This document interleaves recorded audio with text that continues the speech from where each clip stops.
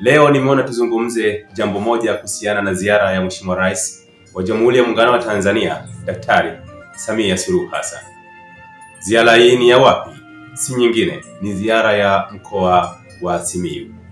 Kuna mambo mawili ambayo yamewavutia wananchi wengi kufuatilia ziara hiyo kupitia mitandao ya kijamii, hata wale ambao sio wapenzi wa masuala ya siasa ama uwajibikaji ama utawala bora. Mambo hayo ni kama yafuatayo. Jambo la kwanza ambalo limewavutia sana watazamaji wengi ama Watanzania wengi kufuatilia ziara ya Mheshimiwa Rais katika mkoa wa Simiyu ni suala la Luhaga Mpina. Huyu ni mbunge wa jimbo la Kisesa. Mheshimiwa Luhaga Mpina katika hotuba yake mbele ya Mheshimiwa Rais, moja ya jambo alilokuwa amelisema ni suala la kwamba yeye ama wananchi wa jimbo lake bado wanamdai Mheshimiwa Rais katika kuwaletea maendeleo katika jimbo lao la Kisesa. Jambo hilo pamoja na mambo mengine alitoa pongezi, lakini jambo hili lilivutia sana watu wengi kutaka kusikia kitu gani sana ambacho alikizungumza Mheshimiwa Luhaga Mpina ambacho labda huenda kilimkasirisha Mheshimiwa Rais. Na kwa sababu baadaye ikaonekana kwamba Mheshimiwa Rais akasema kwamba mbunge Luhaga Mpina hajalitendea haki jimbo lake, hali ambayo imetafsiriwa katika mitandao ya kijamii kwamba ni kama tayari Mheshimiwa Rais ambaye ni mwenyekiti wa Chama cha Mapinduzi Taifa kwamba amemkataa Mheshimiwa Luhaga Mpina kwamba asirudi tena bungeni kwa sababu ya yale ambayo ameyaongea. Lakini ukianza kufuatilia sana hotuba ya Mheshimiwa Luhaga Mpina, kila alichokuwa akizungumza wananchi wengi wakawa wanashangilia, kwa maana kwamba ni kama alikuwa anagusa nyoyo zao, alikuwa anagusa hisia zao, alikuwa anagusa mahitaji yao. Na baadhi ya wachambuzi wanasema kwamba katika yale aliyokuwa anazungumza Mheshimiwa Luhaga Mpina, basi alikuwa sawa sawa, kwa sababu kila mmoja, na katika ziara hiyo ya Mheshimiwa Rais ya kwenda huko Simiyu ni kwamba alikuwa anaenda kuchukua matatizo ama kuwasikiliza wananchi. Lakini Mheshimiwa Rais kuna neno alitamka kwamba ni vema mambo yote alikuwa anazungumza angekuwa anawaambia wasaidizi wake, yani mawaziri husika, kitu ambacho kimeleta mjadala mkubwa kweli kweli. Na ninadhani Mheshimiwa Rais alipozungumza katika hotuba yake akizungumzia swala la moja kwa moja ama kujibu hoja za Luhaga Mpina, watu wengi ni kama hawakushangilia hivi, jambo ambalo katika uongozi ni jambo la kawaida, lakini sisi kama wanadamu tunapaswa pia kujifunza, kwa sababu labda niongee na Mheshimiwa Rais moja kwa moja kwamba Mheshimiwa Rais, sisi wanadamu sote, si viongozi tu, hata wasio viongozi, lakini pia inawezekana pia ni viongozi kwa namna moja ama nyingine, hasa wale ambao hawana familia, tayari ni viongozi pia wa familia zao. Sisi tulio wengi, watu wazima wengi, tunapenda sana kusema ukweli, lakini huwa hatupendi kuambiwa ukweli. Hii ni changamoto ambayo Mheshimiwa Rais naomba uichukue. Lakini wakati huo pia lipo jambo ambalo tunapaswa kuangalia sana sisi viongozi. Kuna watu wanaitwa wapambe. Kuna wapambe ambao ni hatari kuliko hata papa la shetani. Narudia kusema Mheshimiwa Rais kwamba wapo wapambe ambao ni hatari kuliko papa la shetani. Ni vizuri sana sisi kama viongozi kuwa makini sana na watu wa namna hiyo. Wanaweza kutukosanisha na watu wengi, kitu ambacho hukumu hiyo itakuja kwetu sisi, sio wale wapambe. Mheshimiwa Rais, nikuombe sana, kama lipo jambo ambalo Mheshimiwa Luhaga Mpina amekukosea, msamehe. Na kama lipo jambo pia ambalo Mheshimiwa Gwajima mbunge wa Kawe amekukosea, msamehe. Wewe ni kiongozi. Kiongozi anapokea mambo yote, anayopenda kuyasikia na asiyopenda kuyasikia. Mfano, hebu fikiria Mheshimiwa Rais, wale wanaosema kwamba Mheshimiwa Rais anaupiga mwingi, je, wamekwambia labda kasoro ulizonazo? Je, labda wamekwambia namna vile ambavyo wananchi wanakusema ambavyo ni negative? Mheshimiwa Rais, kunjua moyo wako.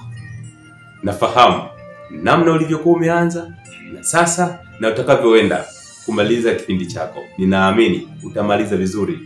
Wewe ni mtu mwema. Ila nakuomba sana katika uongozi wako na katika uongozi wetu sisi sote kama wanadamu, kama watu wazima. Tunao watu wanaotusaidia, tunao watu ambao pia wanatuchomekea. Tutaonekana wabaya sisi wakati wao wana mambo yao. Mheshimiwa Rais, narejea kusema wapo wapambe ambao ni hatari kuliko papa na shetani. Kunjua moyo wako, kumbatia wote ni wa kwako. Baada ya kusema hilo, twende kwenye jambo lingine ambalo pia limevutia watu wengi katika ziara yako Mheshimiwa Rais huko Simiyu. Ni jambo la mikopo ya 10% zinazotokana na mapato ya ndani ya halmashauri zote hapa nchini. 10% hizo zinagawika katika makundi matatu. Kundi la kwanza ni vijana. Kundi la pili ni watu wenye mahitaji maalum, wengine wanaita wenye ulemavu. Lakini kundi lingine ni wamama ama wanawake. Mheshimiwa Rais, umelisema vizuri sana hilo. Na ninaamini na wewe unakiri na moyo wako unakiri kwamba hilo wananchi walilipokea vizuri sana. Na ndio maana shangwe, vifijo na vigeregere ulipigiwa. Na nukuu kwa wale ambao labda hawakubahatika kusikiliza Mheshimiwa Rais.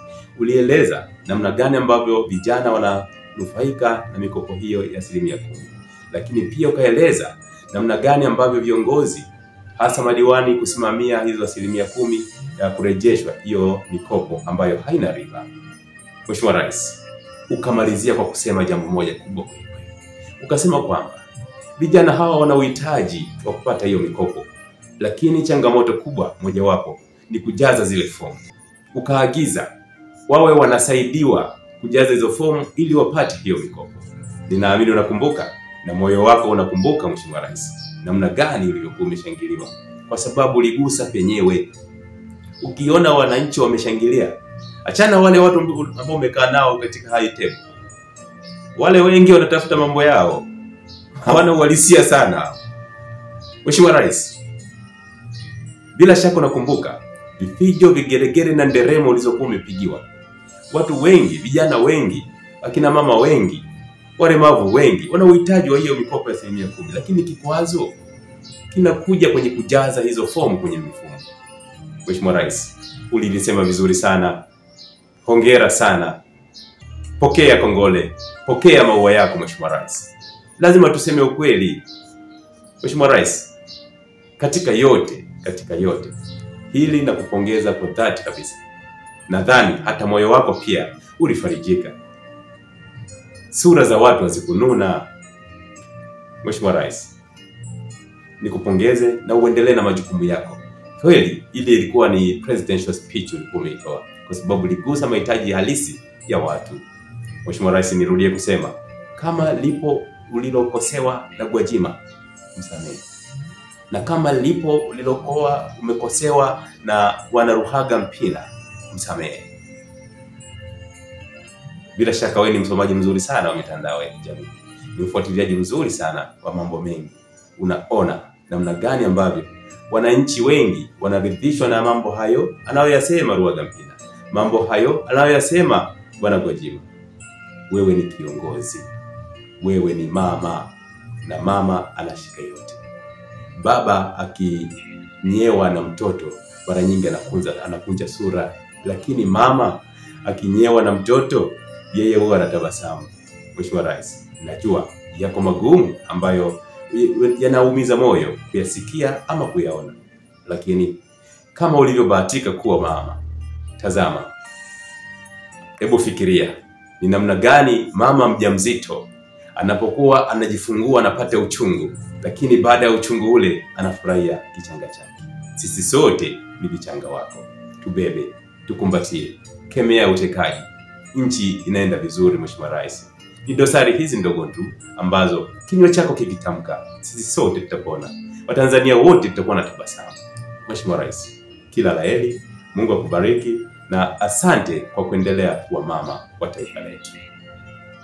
Mtazamaji, karibu nawe kwa maoni yako katika haya ambayo tumeyazungumza, hasa kuhusiana na ziara ya Mheshimiwa Rais Dr. Samia Suluhu Hassan huko katika mkoa wa Simiyu? Karibu nawe kwa maoni yako. Asante.